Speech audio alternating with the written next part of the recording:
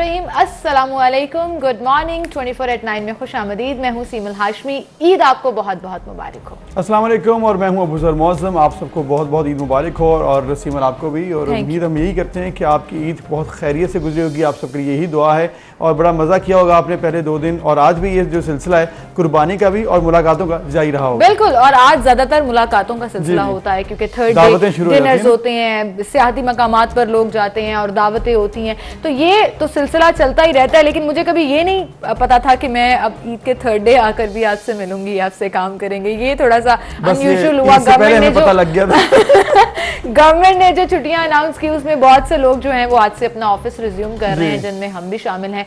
लेकिन ईद ठीक ठाक तरीके से गुजर गई और आपसे मैं नाराज हूँ कि आपने मुझे ईद विश नहीं किया। बस ये जो लोग होते हैं ना कि ग्रुप में बस एक मैसेज कर दिया और जिसने पढ़ लिया तो उसको ईद विश हो गई, जिसने किया एक ही ग्रुप में जो है मतलब बड़े हैं आपको मुझे ईद विश करनी चाहिए। भुगताने वाली बात है, ये बड़े होने वाली बात के ऊपर थोड़ा सा मुझे उन लोगों से बड़ा इशू होता है जो फॉरवर्डेड मैसेज करते हैं। और आप यकीन जाने मुझे एक मैसेज आया जिसमें वो कॉन्टैक्ट नंबर कुछ और था और नीचे क्योंकि वो कॉपी पेस्ट मैसेज था तो किसी और का नंबर फॉरवर्डेड। लेकिन चलें एटलीस्ट ऐसे नहीं करना चाहिए, कभी स्पेशल एक्सक्लूसिवली ईद विश। लेकिन जो कोई फॉरवर्ड मैसेज भी कर रहा है एटलीस्ट याद तो कर रहा है, आपको उसे जाके सिलेक्ट करके भेजा। मुझे याद नहीं किया, हमने ग्रुप में कर दिया। लेकिन एक दूसरे को विश करना बड़ा ज़रूरी होता है, चाहे आप फॉरवर्ड भेज दें, कुछ ही तरीके से करें, लेकिन एटलीस्ट एक दूसरे को याद रखें। फिर इसके साथ साथ ये भी ज़रूरी है कि आप जब ईद मनाते हैं तो कुर्बानी के दिनों में अक्सर ये देखा गया है कि रिश्तेदारों में ही ध्यान रहता है। आपका जो इसका बेसिक मकसद है कुर्बानी इसार का मतलब वो है एक डिस्ट्रीब्यूशन, वो उस पर ज़्यादा फोकस करना चाहिए। बिल्कुल, आपने अपने तमाम इर्द गिर्द के लोगों का ख्याल रखना है।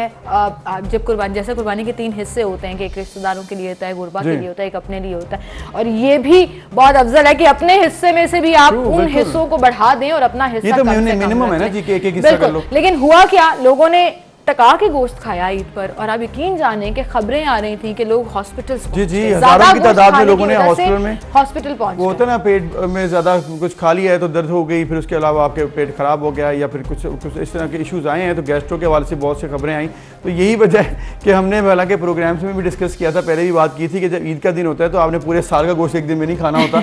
थोड़ा सा आप खाएं, एंजॉय करें, लेकिन इसका मतलब ये नहीं है कि आप अपनी सेहत के ऊपर कॉम्प्रोमाइज कर लें। बिल्कुल, लेकिन एक मोस्ट एक्सक्लूसिव स्पेशल सेलिब्रिटी जो रहे हैं इस ईद पर वो कसाई रहे हैं और बड़े लोगों को शिकायतें नहीं है कि कुर्बानी उनकी लेट हो गई है। बहरहाल इस बात से याद मुझे जोक आ गया, बहुत फॉरवर्ड हो रहा था, काफी लोगों ने ट्विटर पे भी लिखा कि उन्होंने लिखा कि 100 दिन की साफी की जिंदगी और 3 दिन की कसाई की जिंदगी जो है वो बराबर है। तो आप अंदाजा लगा लें कि कितना मजा किया होगा। बड़े मौसमी कसाई भी थे, आपको ये बात पता है। और इतनी वीडियोस ऐसी आई कि बस भाग गई बैल, गाय भाग गई और ये हो गया और ये हो गया। एनीवेज जी, उस पर भी हम बात करेंगे। और आज एक और बड़ा इंपॉर्टेंट दिन है, ईद का थर्ड डे तो है ही, लेकिन उसके साथ साथ टोक्यो ओलंपिक्स की इफ्तिताही तकरीब जो है वो आज होने जा रही है, जिसमें सिर्फ 950 अफराद ही स्टेडियम में बैठकर इस इफ्तिताही तकरीब को देख सकेंगे। बिल्कुल, और इनमें इंतजाम करने वाले हैं, एडमिनिस्ट्रेशन है, कोचेज हैं, टीम स्टाफ है। तो ओवरऑल जो शायकीन है वो नहीं जा सकेंगे क्योंकि कोरोना की वजह से, लेकिन ओलंपिक्स की इफ्तिताही तकरीब में पाकिस्तानी परचम माहूर शहजाद लहराएंगे। ये पाकिस्तान के लिए बहुत एजाज़ की बात है कि पाकिस्तानी आपको याद है हमने उनका इंटरव्यू भी किया था, वो हमारे साथ शो में मौजूद भी थी। तो मेरे ख्याल में ये पाकिस्तान के लिए बड़ा अच्छा है। लेकिन इंशाल्लाह नेक्स्ट जो ओलंपिक्स होंगी उसमें हम ये दुआ करते हैं कि पाकिस्तान गवर्नमेंट ने मजीद इस पर काम करे, क्योंकि बड़ा ज़रूरी है कि अगर आप ओलंपिक्स के ऊपर पहले से फोकस करते हैं तो फिर ओलंपिक्स में अगर आप जीतते हैं तो वो पूरी दुनिया में पाकिस्तान और पूरे दीगर ममालिक का नाम रोशन होता है। बिल्कुल, इस पर ज़्यादा फोकस करना चाहिए। ईद अच्छी नहीं हुई जी क्रिकेट शायकीन की भी। मैंने कहा थोड़ी सी हाईलाइट्स बता दूं कि ईद पर हुआ क्या क्या है, और इसलिए अच्छी नहीं हुई कि T20 सीरीज भी हम हार गए, जिससे बहुत उम्मीदें थी, जिससे बड़ी उम्मीदें थी क्योंकि पहला मैच उन्होंने बड़ा अच्छा खेला था। लेकिन मैंने अपनी उम्मीदें छोड़ दी हैं। अब वेस्ट इंडीज गई है टीम और पहुंच गई है और मैंने एक मैच नहीं देखना। मैं अभी बता रही हूं, मैं ये मैच फॉलो नहीं करूंगी। अगर मुझे प्रोग्राम भी करना पड़ा तो मैं अबूजर से कहूंगी आप करें।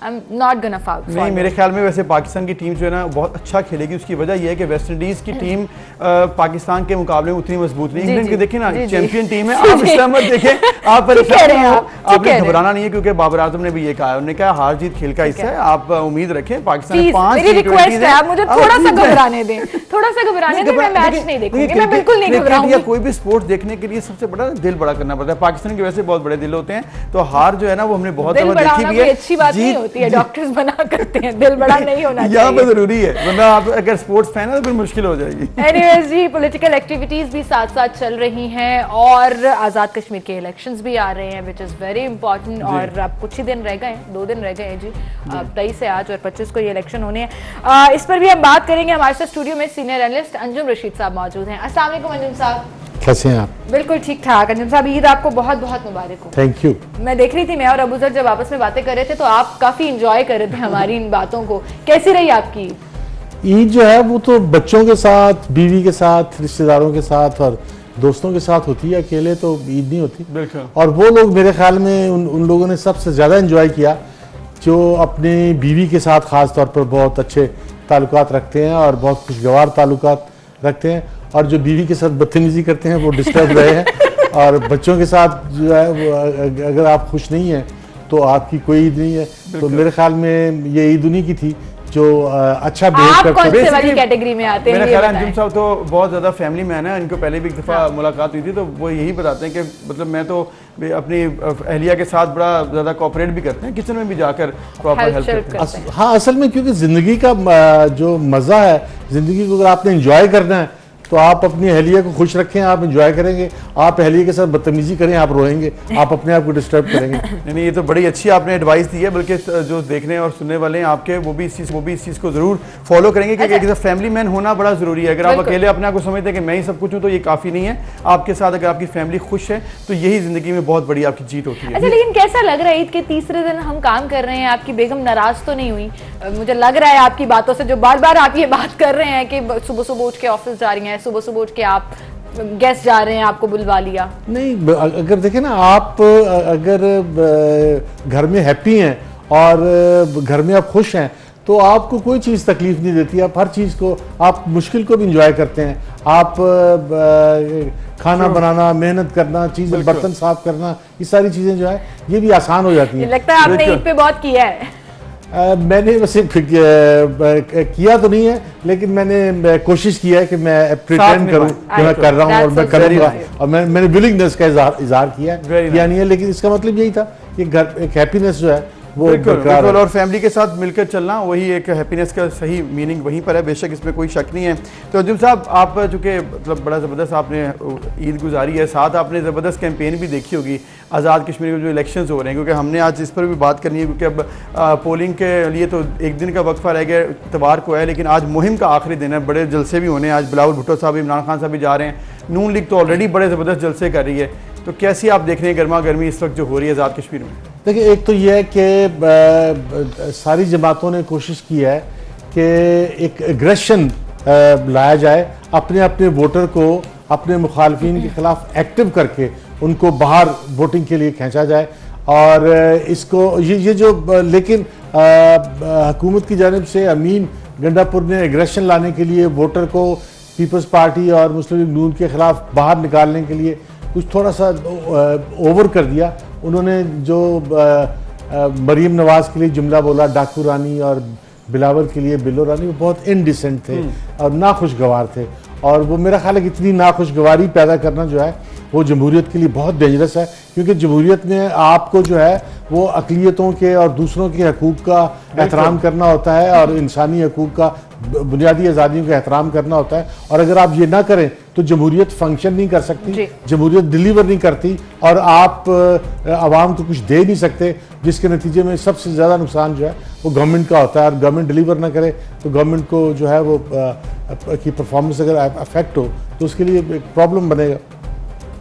लेकिन आपको लगता है कि आज़ाद कश्मीर में गवर्नमेंट की ये पाकिस्तान की परफॉर्मेंस जो है वो इफेक्ट करेगी? क्योंकि यूजुअली एक ट्रेडिशन है कि जो मरकज़ में हुकूमत है वही आज़ाद कश्मीर में या गिलगित बल्तिस्तान में, जैसा हमने देखा भी, कि हुकूमत बनती है। अच्छा, नहीं, ये एक ट्रेडिशन है कि जो फेडरल गवर्नमेंट है वो इलेक्शन जीतती है आज़ाद कश्मीर में, क्योंकि फेडरल गवर्नमेंट ने फंड्स देने होते हैं आज़ाद कश्मीर में, और जो लोगों को अपनी सड़कें, अपनी सीवरेज, अपनी गलियां, अपनी बिजली, अपनी गैस, अपने घर के इर्द गिर्द जो सहूलतें हैं अगर वो हासिल करनी है तो वो गवर्नमेंट की तरफ देखते हैं। लेकिन ये कोई ऐसा हार्ड एंड फास्ट रूल नहीं है। लेकिन गवर्नमेंट कुछ ऐसे प्रोमिसेस कर देती है ना अंजुम साहब, वो इस पोजीशन में दिए, डेवलपमेंट के प्रोजेक्ट्स अनाउंस कर दिए और कहा कि हमारी हुकूमत आएगी तो ये करेंगे, और फिर लोगों को पता भी होता है कि अब जो है वो चूंकि मरकज में इनकी हुकूमत है तो वैसे आ ही जाएंगे। लेकिन अब तक ऐसा ही हुआ है, क्योंकि लोगों को जो इमीडिएट लोगों की जिंदगी के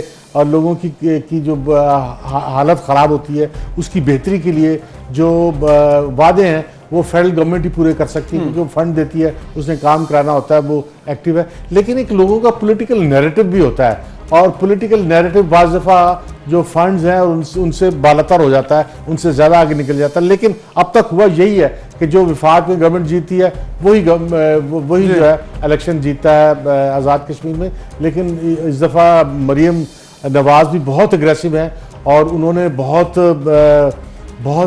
ज्यादा एग्रेशन का मुजाहरा किया है और बड़ी खतरनाक भी है। मैं समझता हूं आप जिस तरह कह रहे हैं कि मरीम नवाज साहब बड़ी एग्रेसिव हैं और बड़ी ज़बरदस्त कैंपेन भी चलाई है, उन्होंने कल कहा है कि जी अगर हम ये इलेक्शन जीत गए तो 2023 के इलेक्शन भी हम जीत जाएंगे। क्या लगता है आपको, वाकई इतनी ज़्यादा मोमेंटम बन चुका है नून लीग का? ये एक्चुअली मरीम नवाज एक अपनी पॉलिटिक्स का एक तजर्बा कर रही हैं, क्योंकि मियां नवाज शरीफ के पास एक तो मरीम नवाज हैं जो क्राउड पुलर हैं, जो बहुत अग्रेसिव हैं, जो मतलब जो नवाज शरीफ का बयानिया बोलती हैं, जो फ़ौज के ख़िलाफ़ भी बात कर लेती हैं, और जो है वो तहरीक इंसाफ के ख़िलाफ़ बहुत एग्रेशन का मुजाहरा करती हैं।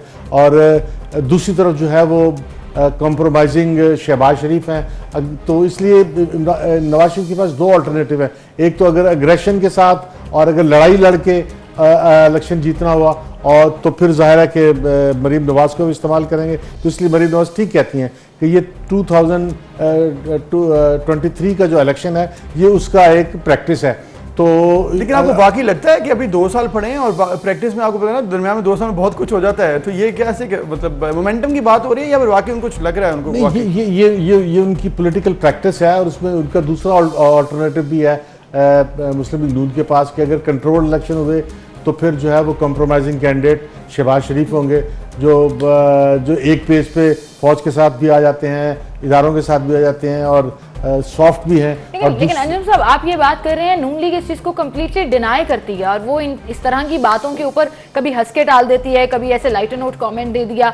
मरीम नवाज ने आते साथ ही कहा था कि मुझे जिम्मेदारी दी गई है आजाद कश्मीर की और मैं करूंगी ये। शहबाज शरीफ नहीं आए यहाँ पर, बहुत से लोगों ने उस पर तनकीद भी की, लेकिन बात यह है कि हर चीज डिवीजन में है ना, और शहबाज शरीफ तो डेफिनेटली सीनियर हैं, ये तो पार्टी डिवीजन ऐसा लगता है कि तज्जियों में ज्यादा है और वो लोग इस चीज को ऑप्ट नहीं करते। नहीं, लेकिन पार्टी के अंदर जो है दो एक्सट्रीम एटीट्यूड है, एक मरीम का जो अग्रेसिव है और दूसरा जो शहबाज शरीफ का जो कॉम्प्रोमाइजिंग है। लेकिन नवाज शरीफ ने दोनों को अकोमोडेट किया हुआ है, और क्योंकि जो नवाज शरीफ के साथ MNA MPs हैं उनकी कोशिश होगी कि अगली गवर्नमेंट उनकी बने, और अगर गवर्नमेंट ना बनी 2023 की तो वो MNA MPs भाग भी सकते हैं, पार्टी टूट भी सकती है। तो उनको साथ रखने के लिए, अगला इलेक्शन जीतने के लिए ये दोनों हथियार हैं कि अगर लड़ाई लड़ना पड़ी तो लड़ाई भी लड़ लेंगे, और अगर कॉम्प्रोमाइज करके इलेक्शन जीतना पड़ा तो कॉम्प्रोमाइज भी कर लेंगे। लेकिन होता क्या है, लड़ाई में कौन जीतता है ये अभी डिसाइड करना बहुत मुश्किल है कि लड़ाई में नवाज शरीफ जरूर जीतेगा या कॉम्प्रोमाइजिंग में जो है वो शहबाज शरीफ साहब जो है वो लीड ले जाएंगे। लेकिन बहरहाल दो ऑप्शन मियां नवाज शरीफ ने अपने पास रखे हुए हैं, एक ऑप्शन जो है वो मरीम नवाज है, दूसरा ऑप्शन शहबाज शरीफ है। ये नवाज शरीफ की मर्जी से है, ये उनके खिलाफ, उनकी मर्जी के खिलाफ नहीं है। बेसिकली उन्होंने अपनी एक अपने जो है नुमाइंदे भेज दिए हैं और वो चाहते हैं कि जोन सी जीत लेके आएगा, जो भी जीत लेके आएगा उसको फिर आगे कंटिन्यू रखूंगा। मरीम नवाज का ये टेस्ट केस बन चुका है और ऐसे लग रहा है, ऐसा लग रहा है टेस्ट केस बन गया, वाला हाल तो नहीं होगा। नहीं, उसकी टेंशन नहीं उसकी टेंशन नहीं लेते, मिक्स भी नहीं करते। एक ब्रेक ले लेते हैं जी, ब्रेक के बाद दोबारा हाजिर हैं।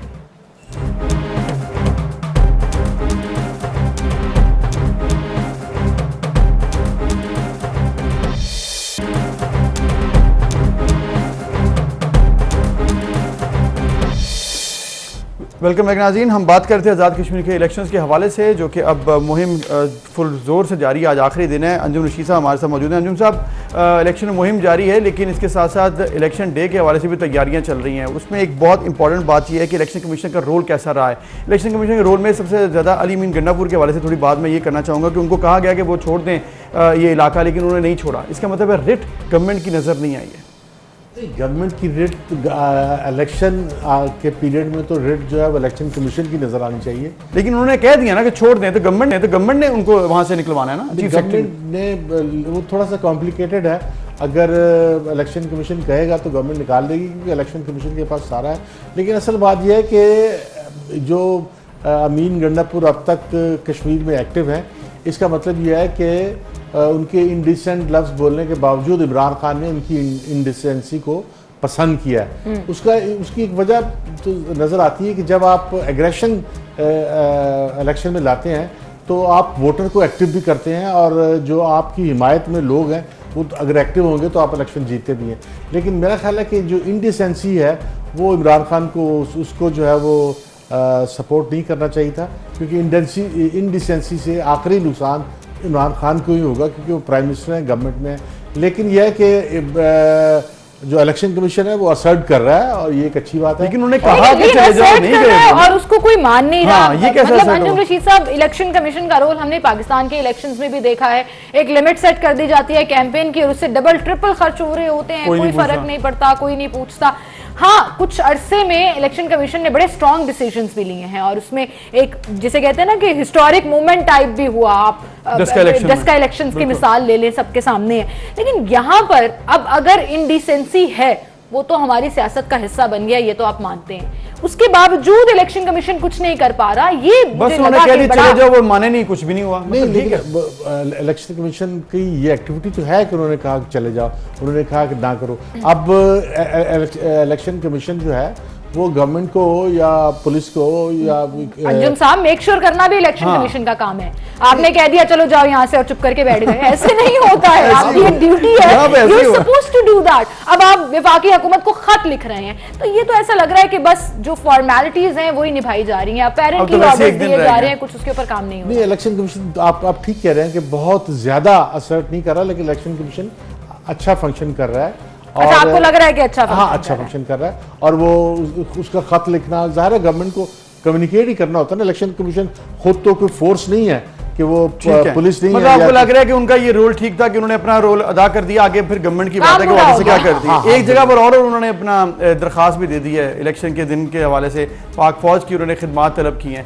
ये आपको कैसा लग रहा है कि ठीक उन्होंने शुरू किया, हालात ऐसे लग रहे थे उनको वाकई? और वो 26 जुलाई तक अब ड्यूटी देंगे भी। हालात तो आप देखें कि पाकिस्तान में जब इलेक्शन होते हैं तो लोग इतने बिफरे हुए होते हैं कि उनको रोकना, उनको कंट्रोल करना जो है वो पुलिस या फौज की ज़रूरत होती है।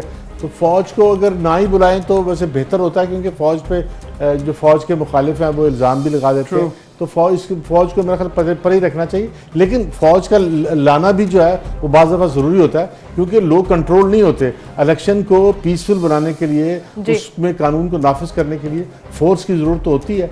तो वो पुलिस हो या फौज हो, जिनमें से कोई होगा ना, जाहिर है कि कोई सेक्रेटरीट के क्लर्क जाके तो सूरत हाल नहीं ठीक कर सकते। बिल्कुल सही कह रहे हैं आप, ना तो क्लर्क जाके सूरत हाल ठीक कर सकते हैं, ना ही पुलिस से कंट्रोल होते हैं। लेकिन बहरहाल अब तो ये 2 दिन बाद ही पता लगेगा कि जो सेट हुआ वो इंडिसेंट था, एग्रेसिव था, या जिस तरह से भी था, लोग एक्टिव हुए हैं। और सबसे ज्यादा मैटर ये करता है कि आपका टर्नआउट कितना रहता है। आप जिस भी पार्टी को वोट दे रहे हैं वो आपका अपना जाती फैसला है, लेकिन निकल कर वोट देना, बाहर स्टैंप लगाना, ये बहुत ज्यादा जरूरी है। एंड आई रियली होप कि तमाम पॉलिटिकल पार्टीज ने अपने अपने वोटर्स को इसके लिए जरूर एक्टिव किया। ट्रू। अंजुम रशीद साहब, आपका बहुत शुक्रिया, और हम उम्मीद करते हैं कि इलेक्शन डे पे बड़ा पुरअमन इलेक्शन हो, और उसके बाद जब इलेक्शन रिजल्ट्स आए तो तमाम पार्टीज जो हैं वो एमिकेबली इसको माने, ना कि दोबारा से कुछ तसादुम का। लेकिन मैं आपको बता रही हूँ ये होगा। अब वो जो प्री रिगिंग की बात कर सकते हैं, वो पोस्ट रिगिंग की बात तो ये भी कहा कि अगर हमारे हक में ना आया तो फिर हम इलेक्शन रिजल्ट्स मानेंगे। वो कोई भी पार्टी हो, कहीं ना कहीं ये इल्जामात जो हैं वो मुझे लगता है कि it's a routine of elections जो चलता रहता है। हम एक ब्रेक लेते हैं, फिर हाजिर होंगे।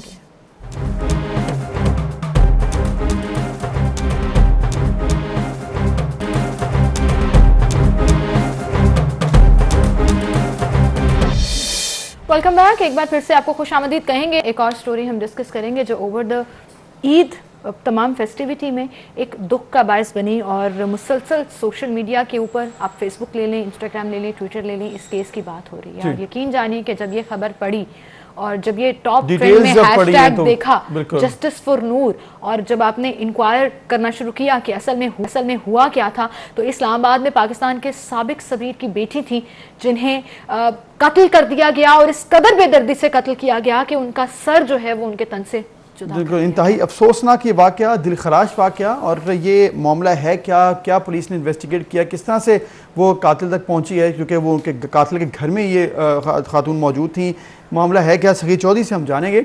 सगीर, इंतहाई दिलखराश वाक़या और ट्विटर पर टॉप ट्रेंड भी बन गया ये कि नूर को जस्टिस मिले। बताइएगा ज़रा कि क्या है हुआ ये ईद से एक दिन पहले, और फिर अब क्या सिचुएशन है? जी देखें, ये ईद से पहले इंतहाई अफसोसनाक वाक़या शहर इक़्तिदार इस्लामाबाद में पेश आया, और इंतहाई बेदर्दी से एक नौजवान लड़की का कत्ल किया गया, और वो जो है वो देखने के काबिल और बयान करने के काबिल भी नहीं है। साबिक सफारतकार की ये बेटी है, नूर मुकद्दम इसका नाम है, और इसकी उम्र जो है वो 27 से 28 साल बताई गई है। ये 19 और 20 जुलाई के दरमियान वाक़या पेश आया है। एक मुलज़म है जिसका घर जो है वो F74 में था, और लड़की जो थी, चूँकि इसके फैमिली आपस में टर्म्स थे, तो उनका घरों में आपस में आना जाना था। तो जब लड़की जो है वो घर में नहीं थी, तो उनके जो वालिदैन थे घर में मौजूद नहीं थे, वो भी जब वापस आया तो उन्होंने रब्ता किया, लेकिन रब्ता नहीं हो सका, तो उन्होंने रिश्तेदारों से जो है वो फ़ोन पे बातचीत करना शुरू की। तो इस लड़के से भी बाकायदा उन्होंने पूछा, लेकिन इसने जो है वो झूठ बोला और कहा कि वहाँ पर लड़की मौजूद नहीं है, हालांकि वो लड़की उस वक्त वहीं पर मौजूद थी। इसके अलावा फिर लड़की का फ़ोन आया और उसने कहा कि वो दोस्तों के हमरा लाहौर जाना चाह रही है, तो वो वापस आ जाएगी। लेकिन ये किस्मत को कुछ और ही जो है वो मंजूर था, और ये लड़की जो है इसको इस लड़के ने, ज़ाहिर जिसका नाम है, बेदर्दी से कत्ल किया। अपने घर का जो सेकंड फ्लोर है, टॉप फ्लोर है, वहाँ पर ये लड़की को इसने पहले बांधा, फिर उसका गला काटा, और गला काटने के बाद उसके जिस्म के मुख्तलिफ अज़ा जो है वो भी काटे। एक नाइफ सेट है, चाकू का सेट होता है, बहुत तेज़दार आला है वो, उससे कत्ल किया गया। इसके अलावा उसने जो है वो पिस्टल का भी इस्तेमाल करने की कोशिश की, लेकिन जो पिस्टल है वो गोली उसके चैम्बर में फंस गई और पिस्टल चल नहीं सका, जिसकी वजह से वो जो है वो मज़ीद जो है वो जाने लेने से जो है वो ग्रेज़ किया गया। इसके अलावा जो वहाँ पर मौजूद था चौकीदार, उसने जो है वो रिहेबिलिटेशन सेंटर के जो लोग थे उनको आगाह किया। जब वो वहाँ पर घर पे आए तो इस लड़के ने उनके भी एक एहलकार को चाकू से हमला करके शदीद जख्मी किया, जो कि अभी भी अस्पताल में ज़ेर इलाज है। और अब सूरत ये है कि लड़की की तदफीन जो है वो हो चुकी है, और पोस्टमार्टम भी उसका मुकम्मल कर लिया गया था। उसके बाद उसकी लाश वर्सा के हवाले की गई। अब लड़के का 3 रोज़ा जिस्मानी रिमांड जो है वो मुकम्मल हो गया, आज उसको दोबारा अदालत में पेश किया जाएगा। लेकिन अहम बात यह है कि SSP इन्वेस्टिगेशन अताउर रहमान, जो कि इस सारी इन्वेस्टिगेशन को लीड कर रहे हैं, उन्होंने बहुत से जो अबहाम थे और सोशल मीडिया पर चीज़ें चल रही थी उनको क्लियर करते हुए कहा कि मुलज़म का पासपोर्ट जब्त कर लिया गया है, चूँकि वो अमेरिकन नेशनल भी है, लेकिन उसको बाहर भागने नहीं दिया जाएगा, और ना ही कोई ऐसी बात है। जब उसने कत्ल किया तो वो होशो हवास में था, इसलिए पुलिस किसी दूसरे एंगल से कोशिश नहीं कर रही, बल्कि वो होशो हवास में उसने कत्ल किया था और मौके से वो गिरफ्तार हुआ है।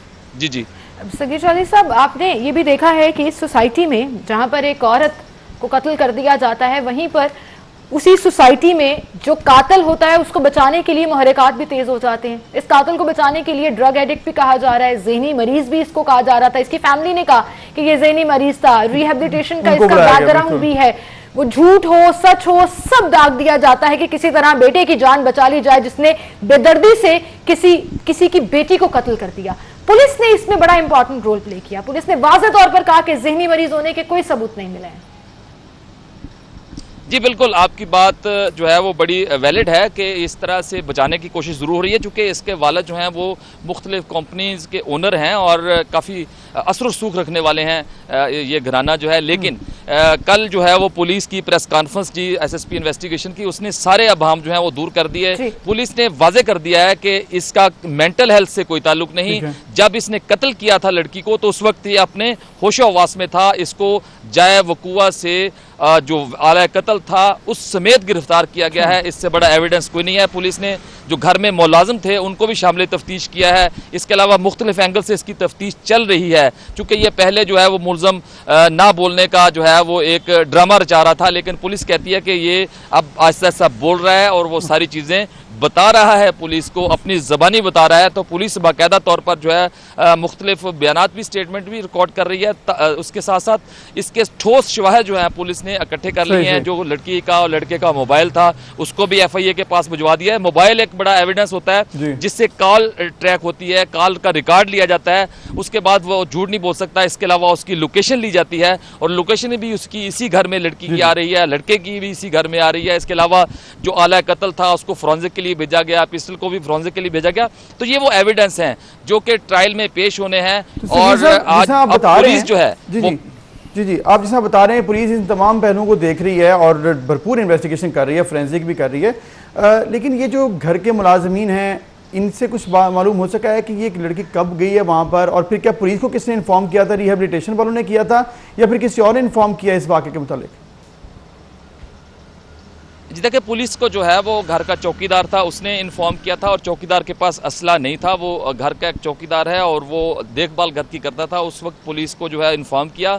जो ही पुलिस को इन्फॉर्म किया गया तो पुलिस ने फौरी एक्शन किया और फौरी तौर पर जो है वो पुलिस की भारी नफरी जो है उस घर में पहुंची और वहां पर जो है वो उन्होंने लड़के को भागने का मौका नहीं दिया। ये एक पुलिस की जानिब से एक अच्छा काम किया गया कि अगर ये कातिल है वो वहाँ से मफरूर हो जाता या भाग जाता तो फिर शायद पुलिस के लिए इसको ट्रेस करना बड़ा ही मुश्किल होता, चूँकि ये अमेरिकन नेशनल है, ये मुल्क से फरार भी हो सकता था। लेकिन पुलिस ने बरवक्त कार्रवाई की और कार्रवाई करते हुए इसको आला कत्ल समेत गिरफ्तार किया और जो लड़की है उसकी डेड बॉडी रिकवर की और उसको फौरी तौर पर जो है वो हॉस्पिटल जो है शिफ्ट किया और वहाँ से मौके से जितने भी एविडेंस थे वो इकट्ठे किए। एविडेंस इकट्ठे करने के बाद जो है वो उसको फोरेंसिक के लिए भिजवाया गया है और साथ ही तफ्तीश का आगाज़ कर दिया गया। फिर मुलज़म को कानूनी तकाजे पूरे करने के लिए अदालत में पेश किया गया। आज मुलज़म का जो है वो 3 रोज़ा जिस्मानी रिमांड ख़त्म हो रहा है और फिर आज जो है वो पुलिस कह रही है कि उसको दोबारा जिस्मानी रिमांड के लिए पेश करके अदालत से उसका जिस्मानी रिमांड हासिल किया जाएगा, क्योंकि कुछ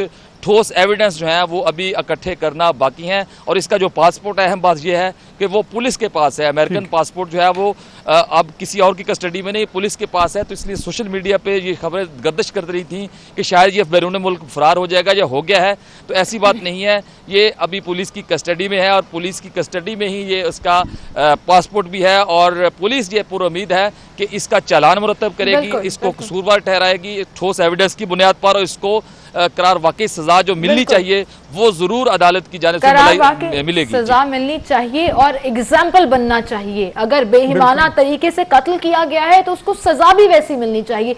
सईद चौधरी, सोशल मीडिया का हम जिक्र कर रहे हैं, वहीं पर लोग इस चीज को बहुत ज्यादा 3 दिन से मुसलसल फॉलो भी कर रहे हैं और अपनी आवाज बुलंद कर रहे हैं, प्रोटेस्ट भी कर रहे हैं। और बहुत से लोग जो हैं वो जब नमाज जनाजा पढ़ाई जा रही थी और तदफीन हो रही थी नूर की, तो बहुत लोग उसमें शामिल भी हुए। एक और सवाल पूछा जा रहा है कि इस तरह का इंसिडेंट इक्तदार शहर में होना, इस तरह का शहर इक्तदार में होना, ऐसा इंसिडेंट जो आपका दारुल हुकूमत है ऐसे शहर में होना, क्या ये बहुत बड़ा सवाल नहीं है? क्या हमारी सोसाइटी में खवातीन अब महफूज नहीं है? इससे पहले आपने देखा होगा जस्टिस फॉर कुरतुलैन चल रहा था, जस्टिस फॉर एनी चल रहा था, हर दफा जस्टिस फॉर के बाद एक लड़की का नाम ऐड हो जाता है, क्यों?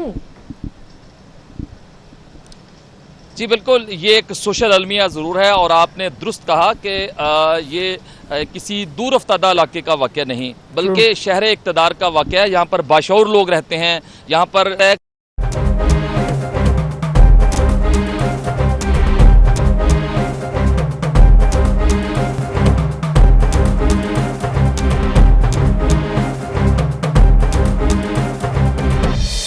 वेलकम बैक नाज़रीन। जहाँ पर ईद की खुशियाँ मनाई गई वहीं पर कोरोना के हवाले से भी बहुत ज़रूरी है कि आपके SOPs में कुछ कमी ना आए और इसके साथ साथ वैक्सीन आप लगवाएं। तो वही जो हमने देखा है अपडेट्स यही हैं कि इस वक्त कोरोना के बाद गुज़श्ता 24 घंटों में अब तक 11 अफराद इंतकाल कर गए हैं, जबकि 1425 नए मरीज़ भी सामने आए। और तशवीश की बात यह है कि मुसलसल पॉजिटिव केसेस की जो शरह है वो बढ़ रही है और 5.56 जो है वो गुज़श्ता 24 घंटों में रिकॉर्ड की गई, जिस पर ऑब्वियसली NCOC भी ये सोचने पर मजबूर हो गया है कि दोबारा से, चूंकि इसे 4 फोर्थ वेव कहा जा रहा है, और डेल्टा वेरिएंट भी मौजूद है जिसने भारत में तबाहियां मचाई हैं। उसके बाद अगर यहाँ पर वो तेजी से फैलना शुरू हो गया, चूंकि कराची और बहुत से ऐसे शहर जहां पर ये रेशो बहुत ज्यादा है, लोग ज्यादा इफेक्ट हो रहे हैं, और यकीन जानिए कि मैं बहुत से ऐसे लोगों को जानती हूं जो डेल्टा वेरिएंट का शिकार हुए हैं और हॉस्पिटल में लिटरली स्ट्रगल कर रहे हैं। तो खुदारा अपनी सेहत का ख्याल खुद रखें, SOPs को फॉलो करें, यही बात गवर्नमेंट कह रही है और यही हर बाशऊर शख्स। बिल्कुल, और ये बहुत ज़रूरी है कि आप फॉलो करें। तो इस वक्त सिंध में क्या सूरत हाल है, क्योंकि कराची से बहुत ज़्यादा रिपोर्ट्स ये आ रही हैं कि डेल्टा वेरिएंट बहुत ज़्यादा नज़र आ रहा है। हम बात करेंगे अमीर सुलंगी साहब हमारे साथ मौजूद हैं जो कि MS हैं सरफराज शहीद हॉस्पिटल। अस्सलाम वालेकुम अमीर सुलंगी साहब, बहुत शुक्रिया आपने वक्त दिया। बताइएगा ओवरऑल इस वक्त कोरोना की क्या सिचुएशन है हॉस्पिटल में, जो मरीज आ रहे हैं बताया जा रहा है कि डेल्टा वेरिएंट के ज़्यादा बताए जा रहे हैं। जी जी बिल्कुल सही बात है। ये हम काफ़ी पहले जो है PMA के थ्रू प्रेस कॉन्फ्रेंस भी कर चुके थे और सब चुके थे प्रेस कॉन्फ्रेंस के थ्रू कि भाई ये आपको एहतियात करना पड़ेगा, क्योंकि ईद कुर्बान में जो है लोग काफ़ी एक दूसरे के करीब आ जाते हैं, जानवरों की कुर्बानी के लिए सब जाते हैं जानवर लेने। और दूसरी वो हमारी जो छोटी ईद होती है तो उसमें तो फिर भी लोग मास्क वगैरह मैंने देखा था कि पहन लेते थे, जो पहले प्रीवियस हमारी गुजर चुकी हैं ईद। इसमें मैंने खुद ऑब्जर्व किया कि पता नहीं क्यों हमारे लोगों ने बहुत ज़्यादा लापरवाही की, और इवन मेरे सराउंडिंग में मैं खुद भी डिफेंस जैसे इलाके में जहाँ पढ़े लिखे लोग रहते हैं, वो कुर्बानी के मामले में जो है मैंने खुद भी कुर्बानी की है, लेकिन मैंने खुद भी जैसे हिस्से के तौर पे किए है और किसी एक जगह पे मिलके किए, और वहाँ पे मैं गया भी नहीं था, सिर्फ उन्होंने। अब तो इस वक्त कराची में तो इतनी आसानी थी कि कराची में काफ़ी अच्छे ग्रुप बन गए थे और लोगों को घरों तक जो है ना पैकेट में पैक करके पहुंचा रहे थे, अच्छे तरीके निकल आए थे, लेकिन लोगों ने उसका भी इतना फायदा नहीं लिया। बिल्कुल सही कह रहे हैं। जी जी जी। और अमीर सुलंगी साहब आप बिल्कुल सही कह रहे हैं कि लोगों ने बिल्कुल भी SOPs को फॉलो नहीं किया, लेकिन कराची में तशवीशनाक बात यह है कि जब टेस्टिंग की गई और जीनोटाइपिंग की गई उस वायरस की, जो लोगों में पॉजिटिव आ रहा है कोविड, वो डेल्टा वेरिएंट निकला, यानी कि वो भारतीय 80 के 80 नमूने जो हैं वो डेल्टा वेरिएंट थे। इसका मतलब ये इस कदर तेजी से फैल रहा है। जरा बताइएगा इस वेरिएंट के बारे में भी, और लोगों में क्या साइन एंड सिम्टम्स होते हैं। जी जी, ये वेरिएंट देखें, ये इसके जो ऊपर वाला जो खोल है जिसमें स्पाइक्स होते हैं ना, जैसे छुरों की तरह जो है, एक तो अंदर वाला इसका हिस्सा है जो गोल है, और दूसरा जो स्पाइक्स हैं इसके, उसमें वो म्यूटेंट हुआ है, वो ज्यादा शार्प भी हुआ है।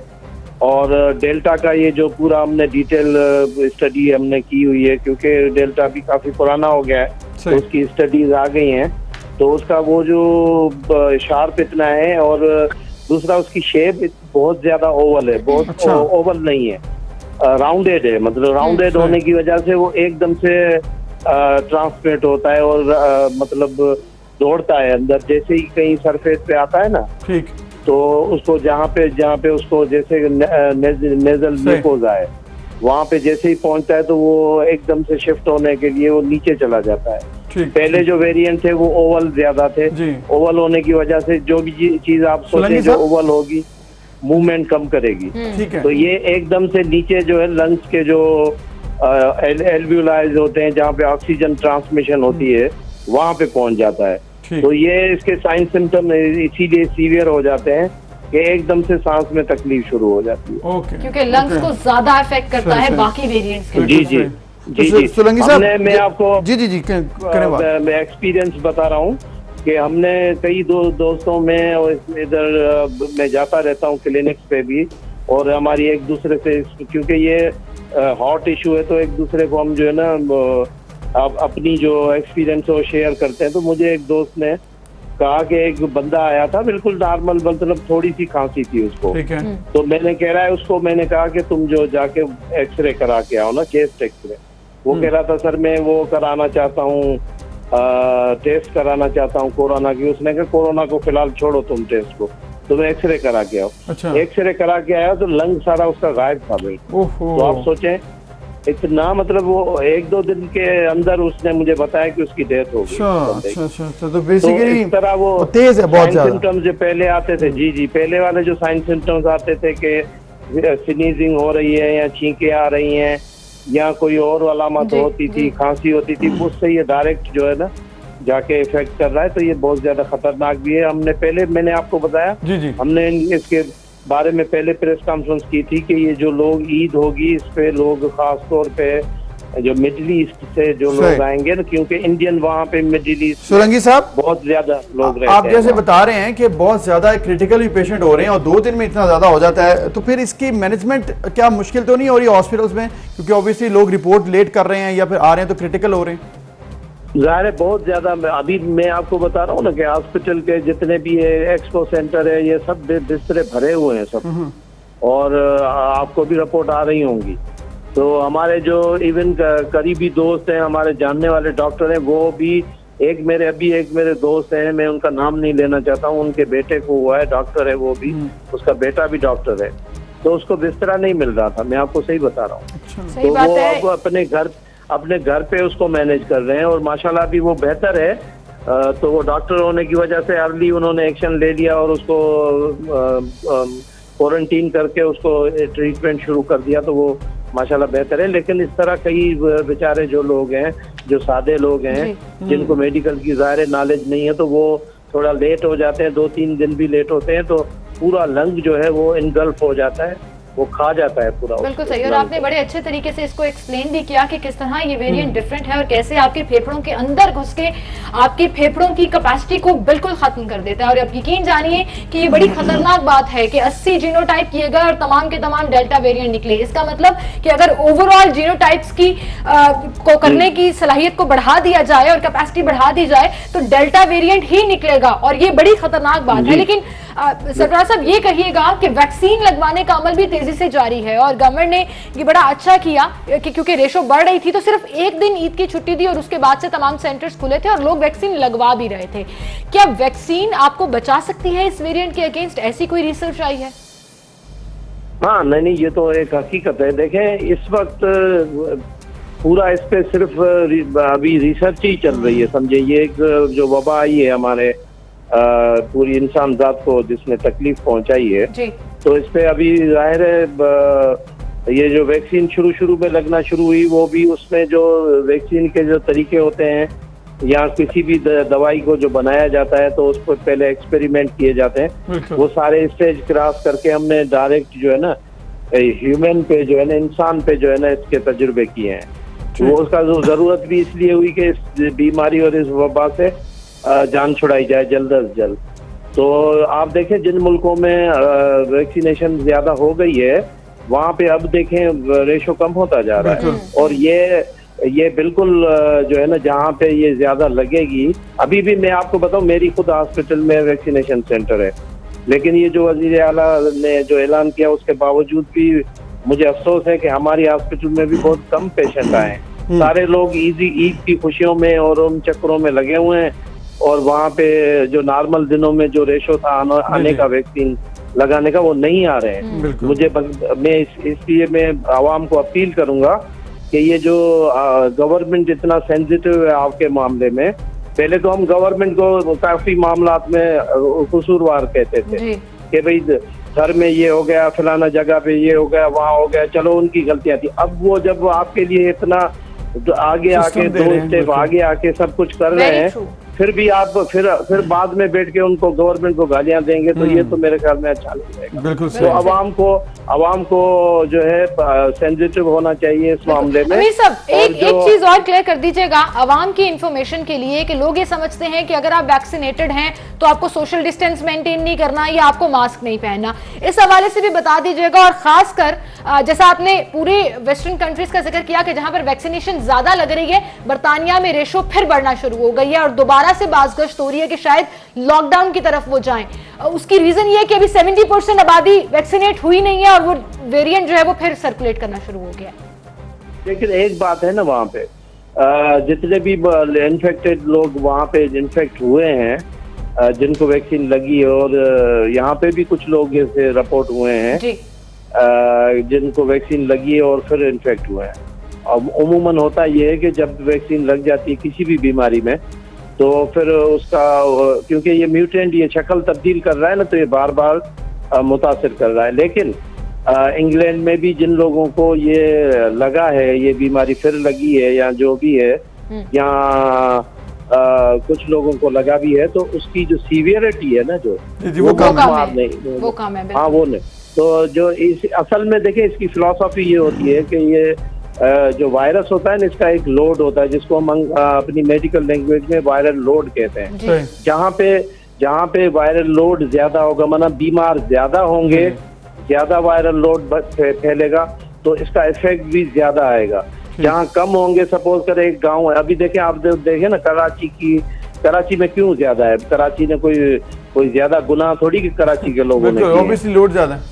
और गांव में हाँ लोग ज्यादा है ना, मार्केटों में बिल्कुल एक दूसरे के कोई वो जो ना, ऑब्वियसली जहाँ पॉपुलेशन ज्यादा है, राब्ते ज्यादा हैं, और लोग अगर ज्यादा मिल रहे हैं, डिस्टेंस नहीं रख रहे हैं, एसओपी से फॉलो नहीं कर रहे हैं, तो फिर जो वायरस है वो फैल भी ज्यादा सकता है। तो एहतियात ही करेंगे और वैक्सीन लगाएं तो ही हल है। बड़ी जबरदस्त गुफ्तगू किया आपने अमीर सोलंकी साहब, बड़ी डिटेल में आपने इस डेल्टा वेरिएंट के हवाले से, और साथ साथ ये भी बताया कि अगर आप वैक्सीन लगवाएंगे तो आप बच सकते हैं। ऐसा नहीं है कि आपको दोबारा इन्फेक्शन ही हो सकता, लेकिन ऐसा जरूर है कि आपको जो उसकी सिवियरिटी है वो कम हो सकती है। और इट स्केयर्स मी, जिस तरह से वो बता रहे थे कि लोग 2 दिन के अंदर उनकी हेल्थ डाउन हो रही है, हॉस्पिटल रिपोर्ट कर रहे हैं, और फिर हॉस्पिटल में बेड नहीं मिल रहा था। ये बड़ी तशवीश की बात है। खुदारा we don't want to go back to that point जहां पर हमें कंप्लीट लॉकडाउन लगाना पड़े या हम दोबारा से ज्यादा सख्ती करनी पड़े या क्रिटिकल पेशेंट सामने आए, तो अल्लाह ना करे दोबारा। तो ये सब आपके अपने हाथ में है। आप खुद एसओपीज को फॉलो करेंगे, अपने आप को भी बचाएंगे, अपने इर्द गिर्द के लोगों को भी बचाएंगे। एक ब्रेक लेते हैं, फिर मिलते हैं।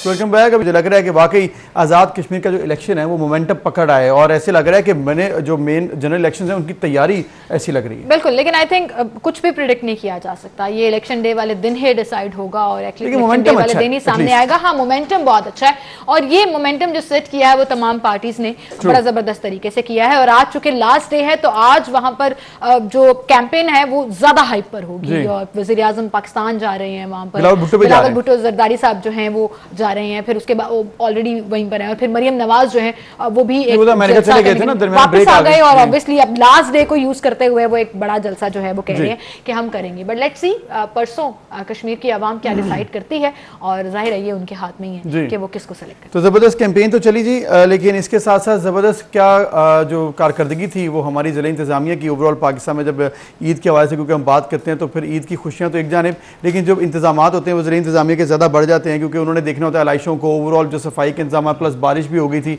तो ये बड़ा एक क्वेश्चन बन गया, लोग देख रहे थे, खासकर सोशल मीडिया पर लोग बहुत एक्टिव थे और बता रहे थे कहाँ कहाँ पर क्या इशू है, तो ये भी एक अच्छी बात अच्छा है। और मेजर सिटीज में ये एक बहुत बड़ा चैलेंज था इदारों के लिए जिनको फर्स्ट टाइम ये टास्क मिला। फॉर एग्जांपल लाहौर में LWMC के लिए ये पहला ईद का बड़ा इवेंट था एज इंडिपेंडेंट कंपनी, उस चीज को हैंडल करना। कराची में चूंकि बल्दियाती इदारे ये सब कुछ करते थे, तो इस दफा पहली दफा सॉलिड वेस्ट मैनेजमेंट की जिम्मेदारी लगी थी और वो करना चाह रहे थे, और लाहौर के इंतजाम तो किसी और ने मॉनिटर नहीं किए, बल्कि वज़ीर आला पंजाब सरदार उस्मान बुज़दार ने खुद मॉनिटर किए। सड़कों पर निकले वो अपनी गाड़ी चलाते हुए, ओवरऑल मुख्तलिफ, और आप यकीन जानिए कि कोई पोश इलाकों में नहीं वो फिर रहे थे। पूरी वीडियो में आप देखेंगे पोश इलाकों से होते हुए वो तंगदस्त गलियों में भी गए जहां पर इंतजाम ठीक नहीं थे, वहां पर उन्होंने पॉइंट आउट भी किया। फिर सफाई के अमले रस्ते में जहां उनको नजर आया उससे मिलकर उन्होंने उनको शाबाश भी दी, मुबारक और तारीफ भी की, और ये अच्छी चीज है। अगर LWMC ने काम किया है मुल्तान में, मुल्तान की जो वेस्ट मैनेजमेंट उन्होंने काम किया, जो से बड़े बड़े शहर हैं जहाँ पर ज्यादा इश्यूज होते हैं वहाँ पर काम किया, तो अच्छी बात। कराची में जी बहुत बड़ा पाकिस्तान का ऑब्वियसली शहर है, सबसे ज्यादा बड़ी आबादी वहाँ पर है, प्रेशर लोड बहुत ज्यादा होता है, तो कराची के ऊपर भी बहुत बड़े एक टास्क था कि उनकी मैनेजमेंट भी बिल्कुल इस पर मैं बात करूंगी। लेकिन एक चीज मैं जरूर मेंशन करना चाहूंगी कि सरदार उस्मान बुज़दार खुद गाड़ी चला रहे थे, लेकिन चूंकि गाड़ी में और लोग भी मौजूद थे तो उन्होंने कोविड के हवाले से भी एक स्ट्रॉन्ग मैसेज दिया, जिससे हमें अप्रिशिएट करना चाहिए कि गाड़ी चलाते हुए वो मास्क पहने हुए थे। और हम हमेशा ये बात करते हैं कि जितने हाई प्रोफाइल लोग हैं या वो लोग जो आवाम को इंश्योर करना है कि SOPs को फॉलो कराएं, वो अगर खुद ये जेस्चर्स देंगे तो डेफिनेटली लोग जो है उसको, और ये बहुत जरूरी भी होता है फॉलो करना SOPs को, क्योंकि ये भी जरूरी है अगर आपने कोरोना को कम करना है, रोकना है। साथ साथ चूंकि हम सफाई का मेन हमारा इशू है कि किस तरह से इस दफा मैनेज की गई, पंजाब में तो कोई ज़्यादा कंप्लेंट्स नहीं आई हैं, इसी तरह सिंध में भी बताया जा रहा है कि ठीक है, लेकिन कराची का लोड बहुत ज़्यादा होता है। तो कराची में ओवरऑल सिचुएशन कैसी थी पिछले सालों से, क्या इस दफ़ा बेहतरी थी या फिर वही है? हबीब खान हमें बताएंगे, इस वक्त वो हमारे साथ मौजूद हैं। हबीब, कराची पाकिस्तान का सबसे बड़ा शहर, कैसी सूरत हाल रही अगर कंपैरिजन करें लास्ट ईयर से, और इस दफ़ा भी कैसी आपने मैनेजमेंट देखी है कराची में? बिल्कुल बुज़र, देखें ईद उल अज़हा पर हमेशा कराची से जो है वो सबसे ज़्यादा, क्योंकि सबसे बड़ा शहर है तो शिकायतें भी सबसे ज़्यादा ही रहती हैं कि सॉलिड वेस्ट मैनेजमेंट हो या दीगर इदारे हों। तो पिछले साल बल्दियाती इदारे थे यहाँ पर, तो बड़ी शिकायतें रहती थी लोगों को कि एलाइशें जो हैं वो ईद के पहले रोज़ हो, दूसरे रोज़ हो, तीन रोज़ गुजर जाने के बाद में एलाइशें नज़र आती थी। इस साल शहर की सूरत हाल खासी मुख्तलिफ है, और शहर की अगर ओवरऑल सिचुएशन की बात करें तो शहर के मुख्तलिफ अज़ला में जो है वो सूरत हाल काफ़ी बेहतर है। डिस्ट्रिक्ट सेंट्रल जो कि ज़िला वस्ती है, यहाँ थोड़ी सूरत हाल इस वक्त अबतर दिखाई दे रही है। कुछ इलाके हैं लियाकताबाद, फेडरल बेरिया, बफरदौन, इससे मुंसलिक इलाके जो है यहाँ अब तक जो है वो अमल नहीं हो सका है, डिस्पोज ऑफ नहीं हो सकी है मुकम्मल तौर पर एलाइशें। इस वक्त भी हम करीमाबाद फ्लाईओवर के नीचे एक रिहायशी इमारत के साथ ही मौजूद हैं, और मेरे पीछे अकब में जो है इस वक्त भी एलाइशें मौजूद हैं। लेकिन ओवरऑल शहर की सूरत हाल खासी बेहतर है। कल मैं खुद ज़ाहिर अपने ईद की छुट्टी पे था, फैमिली के हमरा बाहर निकले थे, तो हमने भी मेरी फैमिली का यही कहना था कि यार इस बार शहर की सूरत हाल खासी मुख्तलिफ है, कहीं स्मेल नहीं आ रही है, कहीं गंदगी नहीं दिख रही है। तो ओवरऑल बड़ा बेहतरीन सूरत हाल देखने को मिली है। शहरियों को इस बार अच्छा देखने को मिला शहर में कि जहाँ कुर्बानी हो रही है वहीं जो टीम्स हैं काम कर रही हैं सॉलिड वेस्ट मैनेजमेंट की और दीगर जो मुंसलिक इदारे उनसे रहे, तो ओवरऑल सिचुएशन बहुत अच्छी रही। लेकिन इस वक्त भी शहर के जो ज़िला वस्ती है, जिसमें मैंने आपको इलाके भी मेंशन किए है, जिसमें करीमाबाद का इलाका है, लियाकताबाद का इलाका, यहाँ शहरियों को अब भी थोड़ी बहुत शिकायत हैं। इस वक्त भी जो है एलाइशें नहीं उठाई जा सकी। आज तीसरा रोज़ है, लोग सुन्नत इब्राहिमी की अदायगी आज भी कर रहे हैं, और उम्मीद यही कर रहे हैं कि आज भी जो कुर्बानी होगी उसके बाद शहर में सफाई का अमल इसी तरह से जारी रहेगा जो 2 रोज़ जारी रहा, और ईद की इख्तिताम तक शहरी जो है वो साफ सुथरा कराची एक बार फिर देखेंगे। ज़बरदस्त, बड़ी वेरी नाइस हबीब, बड़ा अच्छा लगा ये बातें सुनकर, और ऐसे लगा कि बाकी जो टास्क थी वो पूरी की गई है, और ऑब्वियसली काम थोड़ा बहुत रह ही जाता है। कंपैरेटिवली कुछ बेहतर हो गया, क्योंकि हमने वो वीडियो भी देखी कि जहाँ पर इज्तिमाई कुर्बानी की है और खा लें, और लेकिन अगर बाद में काम मैनेजमेंट कंपनी कर ले तो फिर इसका मतलब बहुत ज़्यादा काम करी। लोगों ने अपना काम किया कि नहीं किया, ये तो एक अलग से टॉपिक है कि बाकी लोगों ने वो चीज़ें फॉलो की जो कि बहुत ज़्यादा। इसका मतलब इदारे ठीक हो सकते हैं अगर उनको उनका काम करने दिया जाए और चैलेंज दिया जाए उनको, तो वो उसको मीट कर लेते हैं। बहरहाल जी, एक ब्रेक लेनी है हमें, फिर हाजिर होंगे।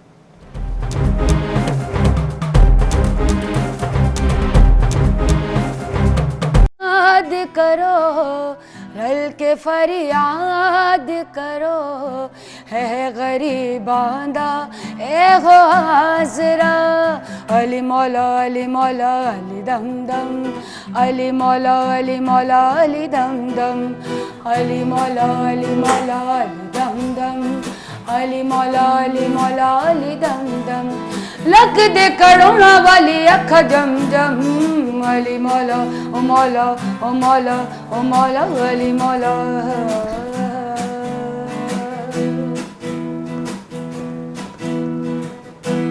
अली नू याद करो रल के फरियाद करो, है गरीबांदा ए गो आसरा, अली मौला अली मौला अली दम दम, अली मौला अली मौला अली दम दम, अली मौला अली मौला अली दम दम, अली मौला अली मौला अली दम दम, लक दे करोना वाली अख दम दम, अली मौला ओ मौला ओ मौला मौला।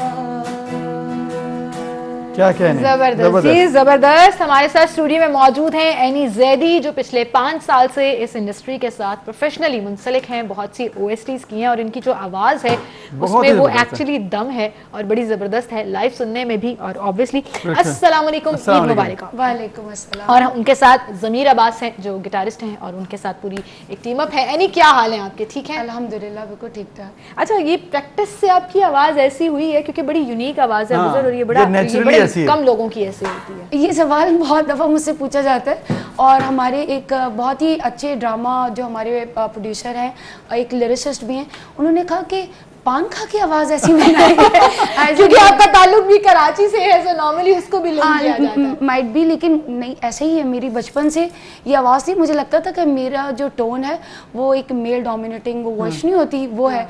बट बाद में लेकिन डस्की भी और थोड़ा सा एग्जैक्टली मेरा जो वॉइस का टेक्सचर है वो नेचुरली डार्क टोन है, हस्की टोन है। थोड़े से जो सैड ओएसटीज होती हैं वो मुझे हमेशा ऑफर होती है। अच्छा, ओएसटीज का आपने जिक्र किया, आपके बहुत फेमस ओएसटीज भी रहे हैं, तो ये स्टार्ट यहाँ से लिया था या मतलब बाद में आया? नहीं, स्टार्ट इस तरह से लिया था कि आपको पता है आजकल जो पेरेंट्स होते हैं, और actually I did my MBA from IBA, I am an IBA graduate. और मैं चाहती हूँ कि मैं ये खासतौर पे इसलिए बताना चाहती हूँ कि लोग ना कहते हैं कि हमारी जो इंडस्ट्री है या फील्ड है ये पढ़ी लिखी लड़कियाँ हैं, पढ़े लिखे लड़के। अब ज़्यादातर 99% ऐसे लोग हैं जो आ रहे हैं, अच्छे पढ़े लिखे लोग भी। मैं चाहती हूँ कि पेरेंट्स देखें अपने, वो नहीं कि सिर्फ अगर डॉक्टर इंजीनियर्स हैं सिर्फ वही फील्ड में मतलब वो पढ़ रहे हैं, अच्छे पढ़े लिखे लोग भी इस फील्ड में आए और बड़ा मज़ा आता है। जो बच्चे में टैलेंट है माँ बाप को वो मोटिवेट करना चाहिए और आना तो आप चाहिए। बता रही हैं पहले आपने पढ़ाई कंप्लीट की फिर आप इस तरफ आई? बिल्कुल, मैंने 5 साल पहले मुझे बड़ा शौक था और आर्ट काउंसिल में मैं गई थी। मुझे तो मैंने ऐसे ही एडमिशन लिया था एवं ही। अच्छा। तो हमारे जो उस्ताद जी हैं, एस टू डाडा दुखड़ा कोई किसेंदा यार ना विछड़े, सब बैठे हुए थे लाइन से। तो सर ने बार बार पूछा, उस्ताद महमूद अली खान साहब ने, बेटा आप क्या परफॉर्म करेंगी? मैं कहा आप जो कहें। कह रहे हैं आपने बोला तो, मैं कहा सॉरी सर मैं बस ऐसे ही बोल दिया। तो कहते हैं क्या सुनाएंगी? मैंने कहा इस टू डाडा दुखड़ा कोई किसे यार ना बिछड़े। मैंने वो सुनाया, उन्होंने बाकायदा मुझे हक भी किया और कहने लगे बेटा तू बहुत आगे तक जाएगी इंशाल्लाह, लगे रहो। थोड़ा सा सुना दें। अच्छा, मैं गिटार के बगैर ये परफॉर्म करूँ? हाँ। नागण वांगू डंग दिया राता, पतझड़ लग दिया ने बरसाता, हंजुआ हार पेवड़ रखिया लोकी हंस दे रोवण रखिया, गम आवे ते नहीं परवाह गम ख्वार ना बिछड़े, किसेंदा यार ना बिछड़े, किसेंदा यार ना बिछड़े। क्या कह रहे हैं, बहुत बहुत वाकई आपकी वाकई आवाज ना वो सैड है जो आपके ऊपर तारीफ हो जाती है, सुनते जाएं। बहुत बड़ी जबरदस्त। अच्छा, मुझे ये बताएं कि इस फील्ड में सीनियर्स कैसे मिले आपको? क्योंकि आपने स्टार्ट तो किया है, लेकिन एक होता है ना कि पूरा प्रोफेशनल फैमिली बैकग्राउंड नहीं है या उस तरह से, तो स्पेस इशू रहा आपके लिए कि काम नहीं मिल रहा या आप जितनी अच्छी आवाज़ है उतनी अपॉर्चुनिटीज़ नहीं है? बहुत प्यारा सवाल आपने किया है और बहुत अच्छी बात है, आर्टिस्ट से करना चाहिए। बिल्कुल मैं झूठ नहीं बोलूँगी और बिल्कुल सच, क्योंकि ये एक ऐसा प्लेटफॉर्म है जो सब सुन रहे होंगे, कहीं ना कहीं पहुँच जाता है। Actually man to man vary करता है, लोग अपनी पता चल रहा था कि ब्रॉटअप कहाँ से हुआ है आपका, ठीक है। तो कुछ लोग तो बहुत ही ज़्यादा अच्छे हैं, बहुत मॉडेस्ट, बहुत डाउन टू अर्थ हैं। कहते हैं ना, अगर आप किसी को रिस्पेक्ट दे के देखें, अगर वो आपके साथ बहुत हम्बल मॉडेस्ट है, मींस उसका फैमिली बैकग्राउंड पता चल रहा है, काबिल है वो भी एग्जैक्टली, तो वो डिजर्व भी करता है इज्जत। लेकिन जो सिर्फ बड़ा हो गया, मतलब बड़ा सीनियरिटी के बेस पे नहीं, हर इंसान जो फील्ड में पहले से काम कर रहा है वो सीनियर है, ठीक है। तो मैं रिस्पेक्ट वैसे भी, इवन ये जानते हैं मैं सबकी, जितने भी म्यूजिशियन हैं सबकी रिस्पेक्ट करती हूँ। इवन वो हमारे जो कैमरास पे होते हैं, जो हमारे डेफिनेटली एक टीम वर्क है। लेकिन कुछ लोग ऐसे हैं कि जिनको आप रिस्पेक्ट देते हैं तो रिटेलिएशन में हमें रिस्पेक्ट नहीं आ रही होती। तो ये मैसेज सिर्फ स्पेशली उन लोगों के लिए कि कहते हैं ना, respect is for those who deserve this, not for demand this.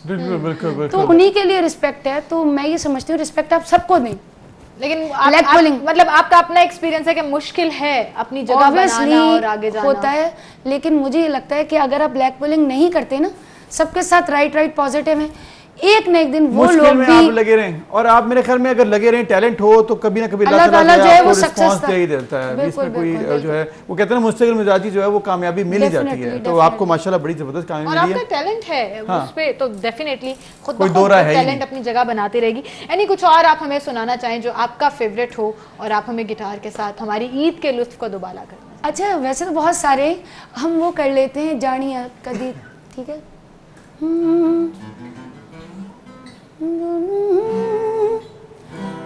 जानिया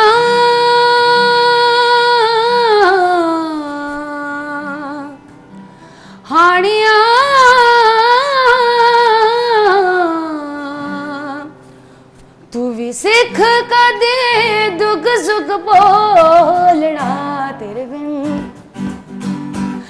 बिन नहीं लगदा दिल मेरा ढोलना, तेरे बिन नहीं लगदा दिल मेरा ढोलना,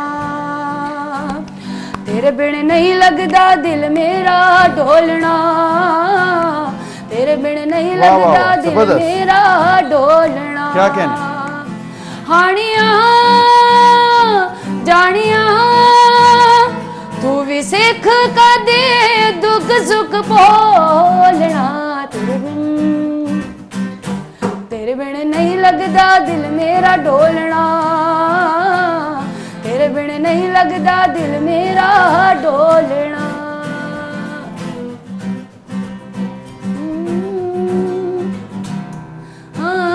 बुझ काले बदला तू सीने विच अग लागे, लंघ गईयां कई बरसातां, तुर गयो सजना निंदरा खो के, ताक के कटियां रातां, आवी जाना सदा वसदा प्यार दा, बरबा सोनिया मुड़ नहीं आनिया। बहुत खूब, जबरदस्त जबरदस्त जबरदस्त। तेरे बिन नहीं लगदा दिल मेरा ढोलना, तेरे बिन नहीं लगदा दिल मेरा ढोलना, तेरे बिन नहीं लगदा दिल मेरा ढोलना, तेरे बिन नहीं लगदा दिल मेरा ढोलना। जबरदस्त जबरदस्त। और आपको देख के लगता नहीं है कि आपकी आवाज इतनी जैसे कहते हैं ना कि भारी और मैच्योर उस तरह से, but good luck for your future. I really hope कि आप और ज्यादा काम करें ताकि हमें और ज्यादा आपको ओएसटीज के अलावा भी हमें नजर आए बहुत ज्यादा, क्योंकि ओएसटी में दूसरे आपकी आवाज सुनी जाती है ना, लेकिन अब तो मेरा ख्याल है कि जितनी आपकी माशाल्लाह अच्छी आवाज है और जिस तरह से आप प्रेजेंस है बेहतरीन है माशाल्लाह, बहुत आला। Thank you so much for being with us any, और हमारे ईद के लुत्फ को दोबारा करने के लिए बहुत शुक्रिया जी। और इसी के साथ आपसे हम इजाजत चाहेंगे, इंशाल्लाह अब आपसे मंडे को मुलाकात होगी। अपना ख्याल रखिएगा, अल्लाह हाफिज।